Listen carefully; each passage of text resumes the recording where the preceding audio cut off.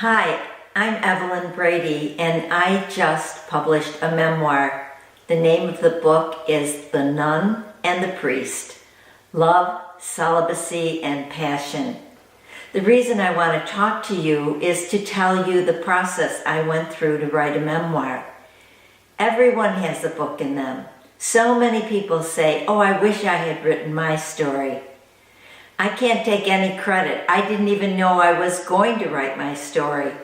What happened to me was I was at Martha's Vineyards with a group of poets, and we were told to go and write poems. I knew the process that people go through to write poetry. But when I sat down to write my poem, I suddenly started to write a story about meeting my husband, who was a priest, when I was asking to go in the convent. He was assigned to me as my spiritual director. So that's what my memoir is about. But I'd like to tell you more about what happened to me as I was writing. So that weekend at Martha's Vineyard, every time I'd go back and read a new section of my story, which wasn't a poem, my friends would either laugh or cry and say, "Well, what happened next?" So when I went home, I decided to find all the journals I had when I was in the convent in the late 60s, and I also knew exactly where I'd placed an old shoebox full of love letters from my husband. I started reading the journals, I started reading the letters, I aligned them according to dates, and I had all my material. I started writing. Not everyone has documents to write a memoir, but everyone has their story. So I would continually try to think, well, what is my story as I wrote? Because even though I had documents, I had to put who I was into it. How was I feeling? Memoirs can go back and forth in time, and they also can bring in lessons, life lessons, and I was writing life lessons in my book also.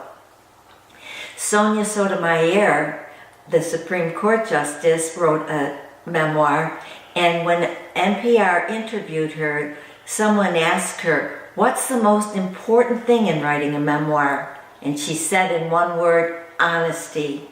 I took her words seriously. I tried as hard as I could to be honest about what really went on in my life, and that opened all new kinds of layers in my life, and some a little painful. But I do think if you write a memoir, it has to be more than one-dimensional. It has to be really who you were at that moment and have the courage to say the truth. The other thing I was very lucky about is I had two people who kind of stayed with me through my whole process. Pat Willey was a technical editor and kept track of all my drafts and continually formatted my material so well that I could easily deal with it.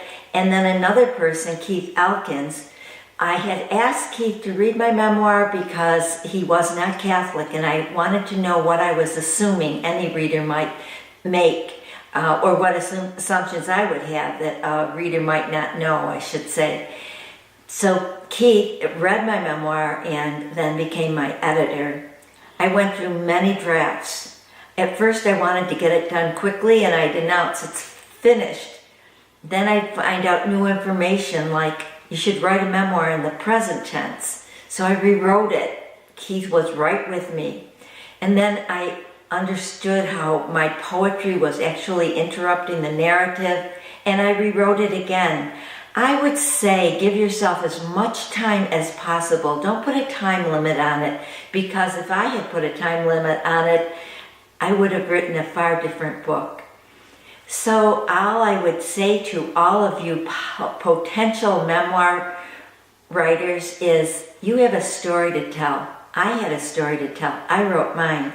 Now it's time for you to write yours.